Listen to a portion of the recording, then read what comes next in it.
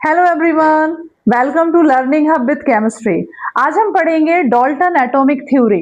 Dalton first scientist थे जिन्होंने atomic theory दी थी और उनने अपनी थ्योरी में कुछ पोस्टुलेट्स दिए थे, उनको आज अपन डिस्कस करेंगे। चलिए देखते हैं।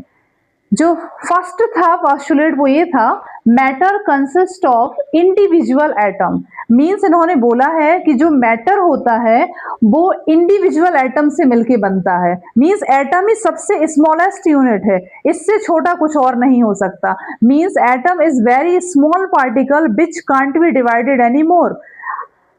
तो इन्होंने यही बताया था कि जो मैटर है उसकी बेसिक यूनिट एटम है, वो डिवाइडेबल नहीं है। सेकेंड पोस्टुलेट यदि हम देखें तो वो है, all the atoms of a given element have identical property including identical mass and atoms of different element differ in the mass. Means ये कह रहे हैं all the atoms of a given element, किसी भी एलिमेंट के जितने भी atoms हैं उनकी आइडेंटिकल प्रॉपर्टी होगी एज वेल एज आइडेंटिकल मास होगा। और डिफरेंट एलिमेंट्स के एटम में डिफरेंट प्रॉपर्टी और डिफरेंट मास होगा। मींस यदि एक एलिमेंट है तो उसमें जितने भी एटम्स हैं उनकी प्रॉपर्टी और उनका मास बिल्कुल सेम होगा और दूसरे एटम से डिफरेंट होगा। ठीक है। हालांकि बाद में ये थ्योरी में बहुत सारे लिमिटेशंस आ गई थी, ये थ्योरी बाद में फेल हो गई थी, बट ये सबसे फर्स्ट थ्योरी थी, इसलिए इसको अभी भी सबसे इंपॉर्टेंस दी जाती है और इसको पढ़ा जाता है, क्योंकि बाकी जितनी भी थ्योरीज आई हैं वो इसी के बेसिस पे आई हैं। तो ये हमारी फंडामेंटल थ्योरी है, इसको इग्नोर नहीं कर सकते हैं, ये भी पता होना बहुत इंपॉर्टेंट है। अब हम थर्ड पोस्टुलेट को डिस्कस करते हैं। Compounds are formed when atoms of different element combine in a fixed ratio।